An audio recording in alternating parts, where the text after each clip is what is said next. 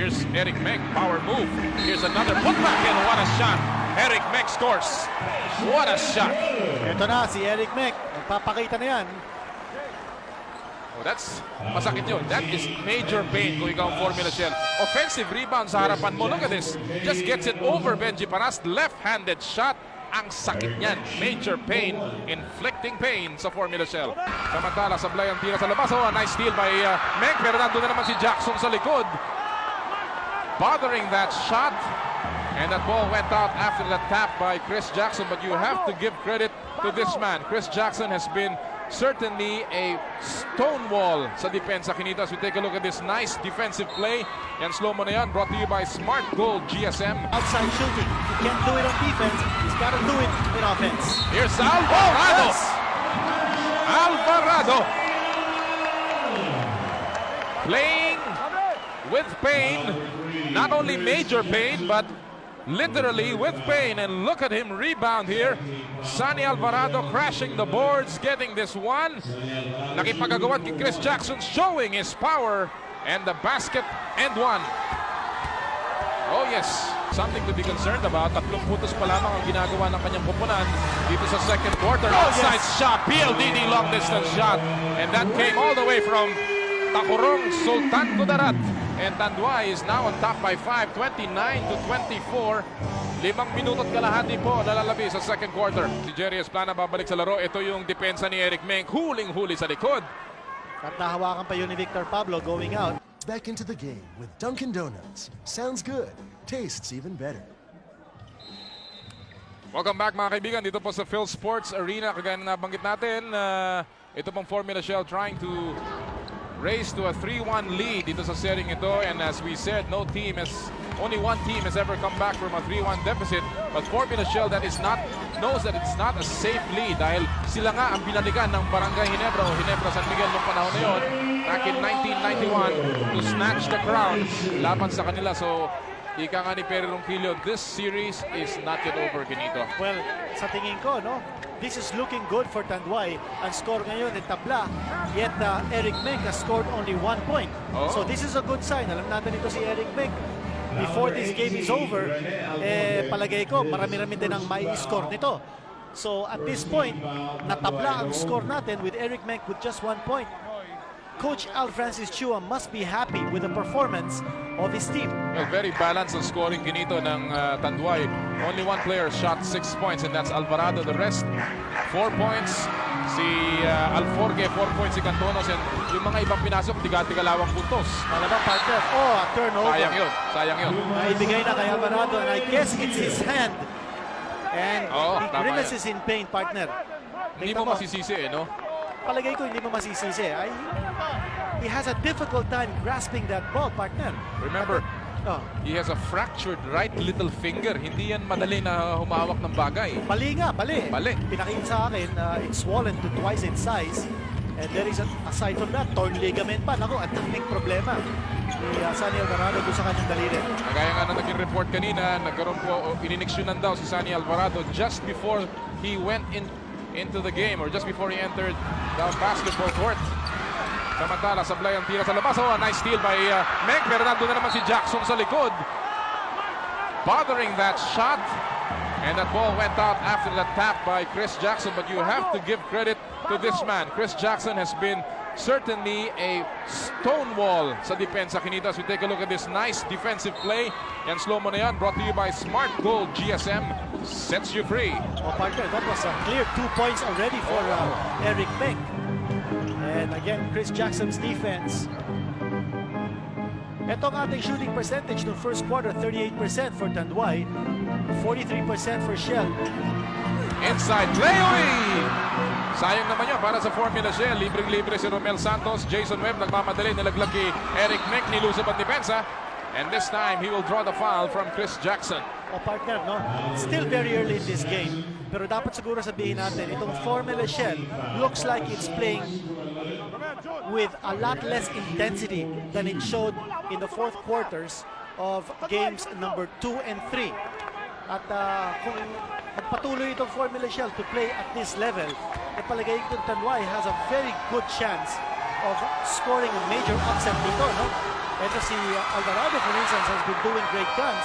Si Eric Meng, something is bothering Eric Meng, no? Alam natin itong Eric Meng is an excellent foul shooter, and in this game he has already missed twice.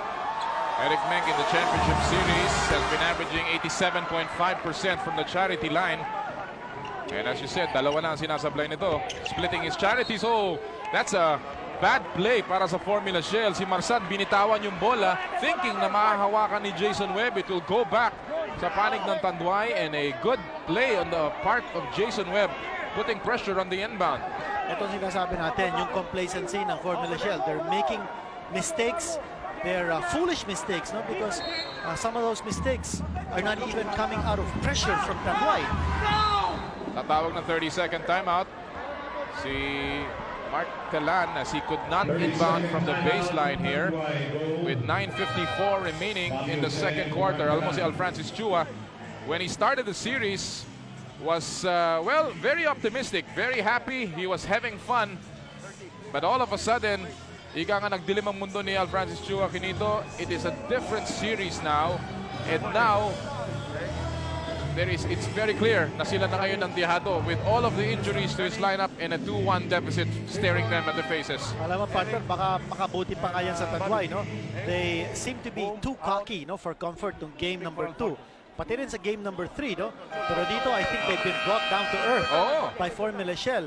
Baka naman magpakita itong Tanduay ng kanilang totoong kulay, no? At dito, they're behind 2-1 in the series. Alvarado is hurting, Gayoso is hurting, Harencio is out, at least for this game. Baka naman magpakita itong Tanduay. Well, si Alfrancis Chua even predicted after that game 2 loss that they will win the series 4-1. Well, those predictions are now water under the bridge. At ang Formula Shell ang umatake, 9.5 remaining. Tanduay ang abante ng isa. Pablo, pinarap si Bobby Jose, saklay ang tira, Alvarado controls. It will remain with Formula Shell. Good call. By the way, ang ating mga referees ngayong araw na to, hindi pa natin nababanggit, si referee Benji Chua, Oji Bernate, and ang huli, hindi natin makita masyado, si referee Ramos.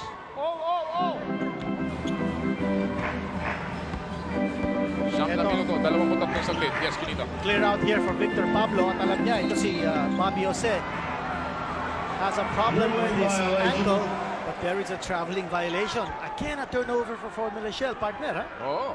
Well, ang Formula Shell had 3 turnovers back in the first quarter. 4 lamang ang Tanduay. So that's a good sign para sa Tanduay, limiting their turnovers to a minimum so far in this ballgame. Alam mo, sa tingin ko, ang turnovers really have been deciding kung sino mananalo, no?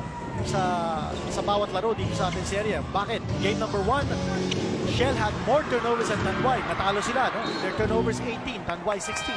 Game number 2, mas maraming turnover ng Tanduay, 21-12, natalo ng Tanduay. Game number 3, again, mas maraming turnover ng Tanduay, 18-13, natalo ng Tanduay. Right now, another turnover here. Samantala si Jomer Ruby pumasok na po sa laro, pinaltan si Jason Webb. 7 na minuto nilalabi sa ating second quarter. Muli po kami natutuwang makasama kayong lahat para sa game number 4 ng McDonald's PBA All-Filipino Cup Finals. Noli Iyala po kasama si Quinito Henson dito sa Phil Sports Arena, and Victor Pablo with a short stab, looping shot, 6 points in the game para kay Victor the Conqueror. Partner, good idea naman on the part of Victor Pablo. Alam niya, limitado ang lateral movement ni Bobby Jose because of that sprained left ankle. And he's gonna attack his defense from the outside. Ang hinihingi ni Alfrancis Chua kay Jose is his outside shooting. He can't do it on defense. He's gotta do it in offense. Here's Alvarado! Yes! Alvarado! Playing with pain, not only major pain, but literally with pain. And look at him rebound here.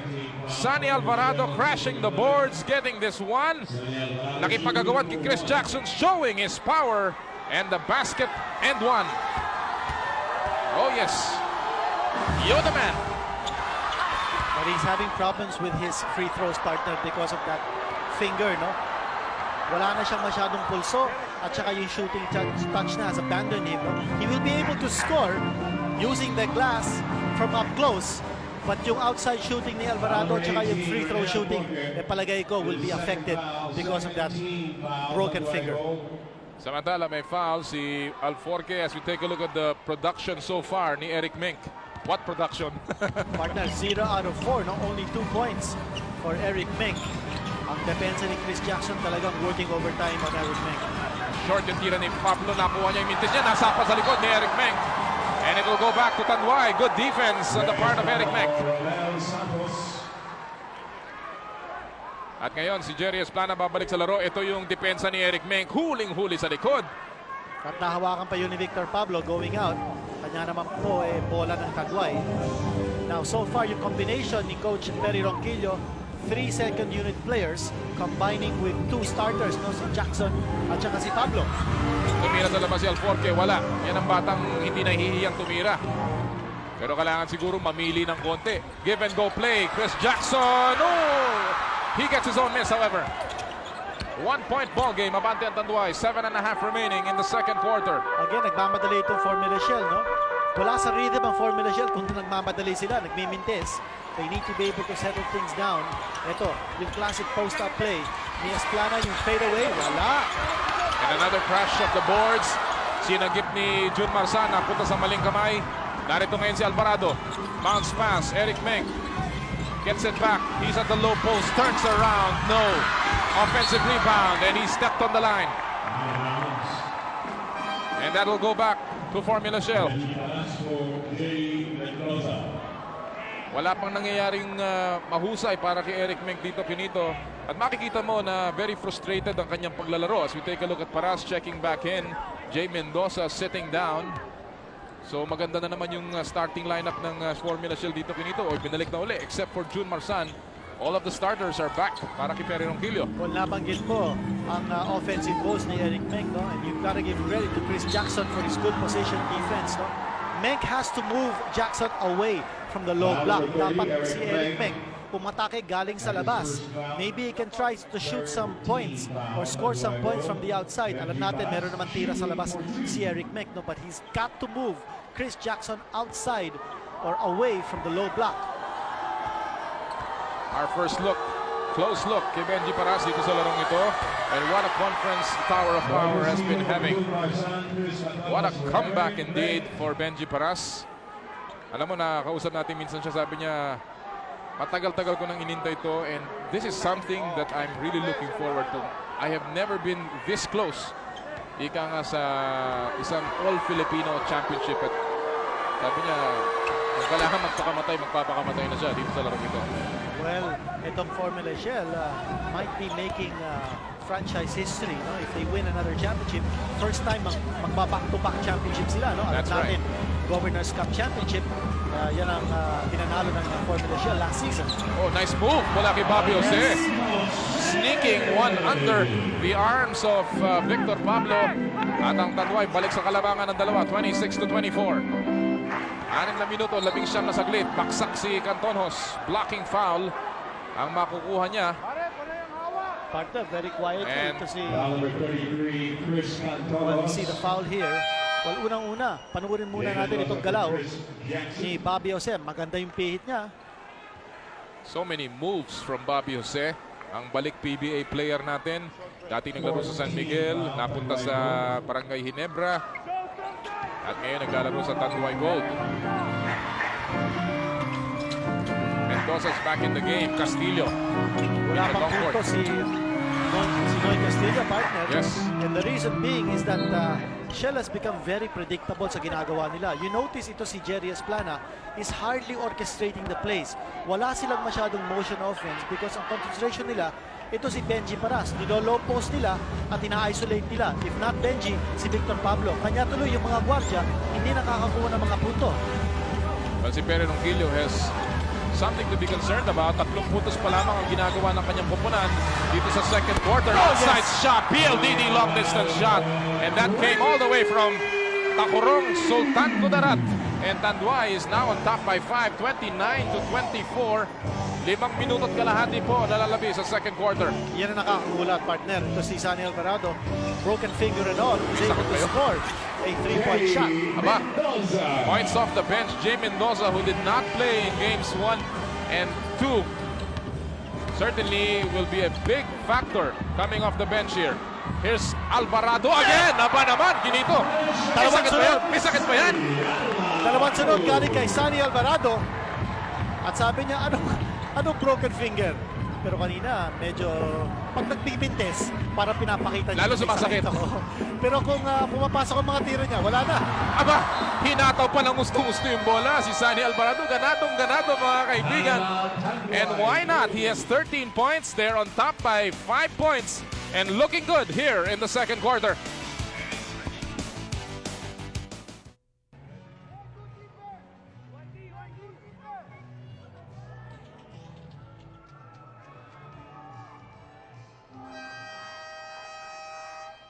Nine seconds on the shot clock. 9 seconds to shoot.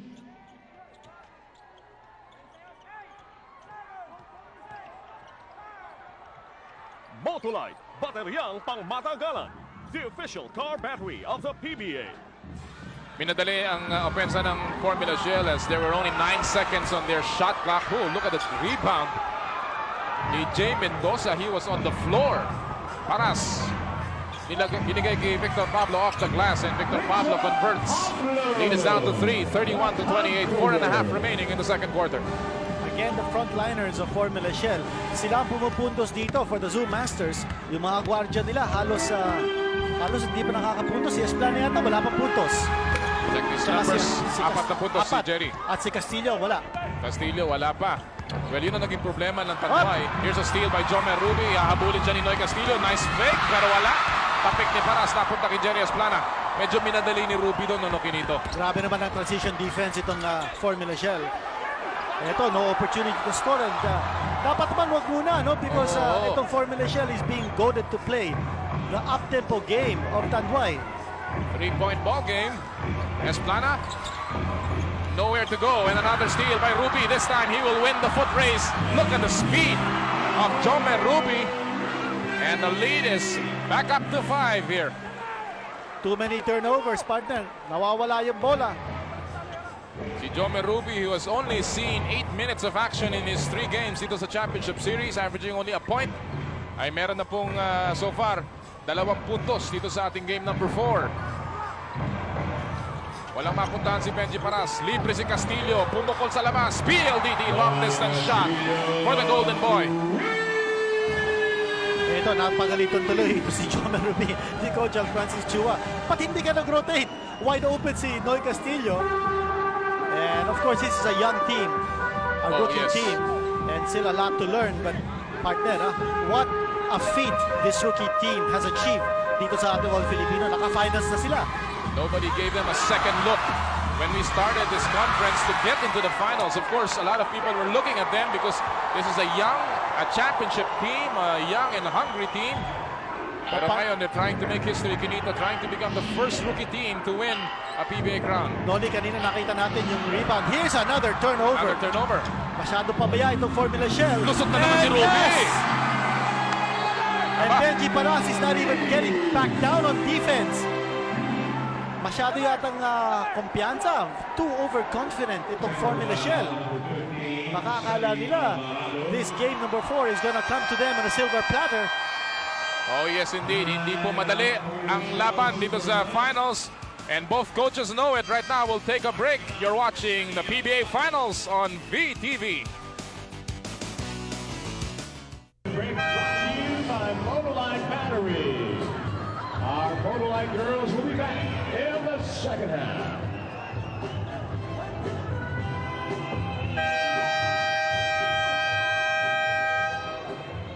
Welcome back dito po sa Phil Sports Arena. Ito po ang bayan ng superstars. Another jam-packed Phil Sports Arena. And of course, ang ating nesty face of the day. Sino pa kung hindi the most refreshing face of the day that can ever grace this basketball game today. Walang iba kundi si Lucy Torres. This most refreshing face of the day is brought to you by Nesty Iced Tea. Take the plunge. And Noy Castillo converts on that technical na itinawag kanina laban kay Sunny Alvarado for delay of the game. Parang binato yata yung bola kanina Quinito at tinawagan siya ng technical. Sunny Alvarado is sitting on the bench, although ngayon papunta na siya muli sa scorer's table.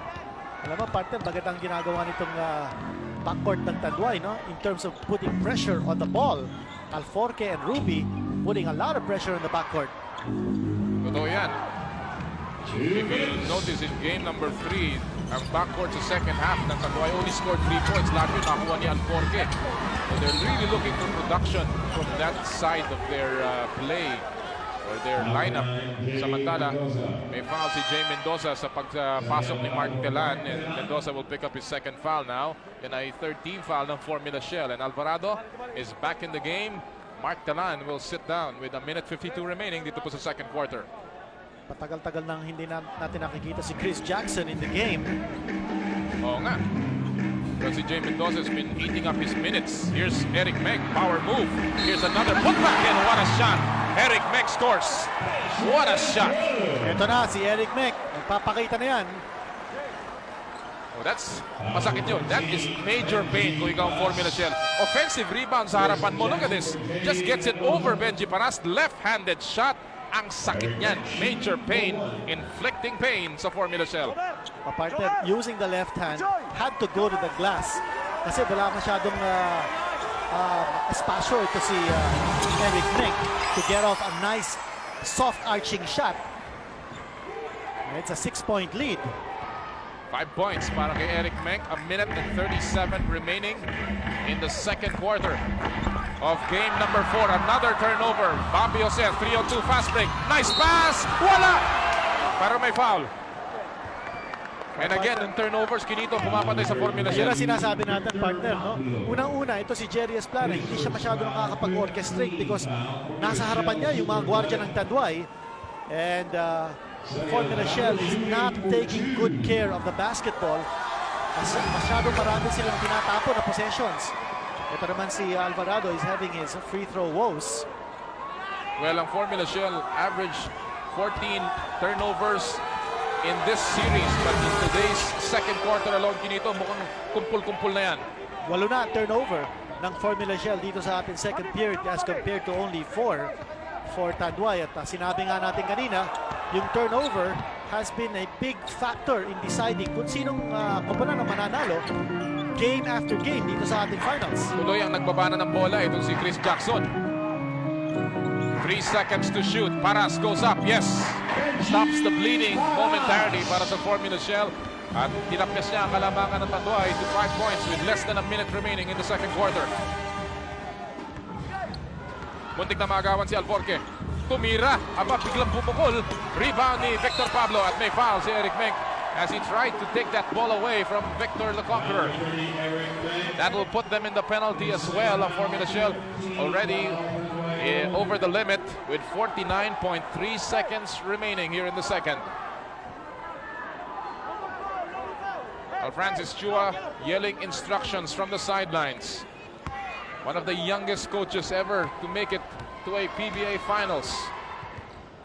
Trying to become, well, next to Eric Altamirano, the second rookie coach to win a PBA All-Filipino crown.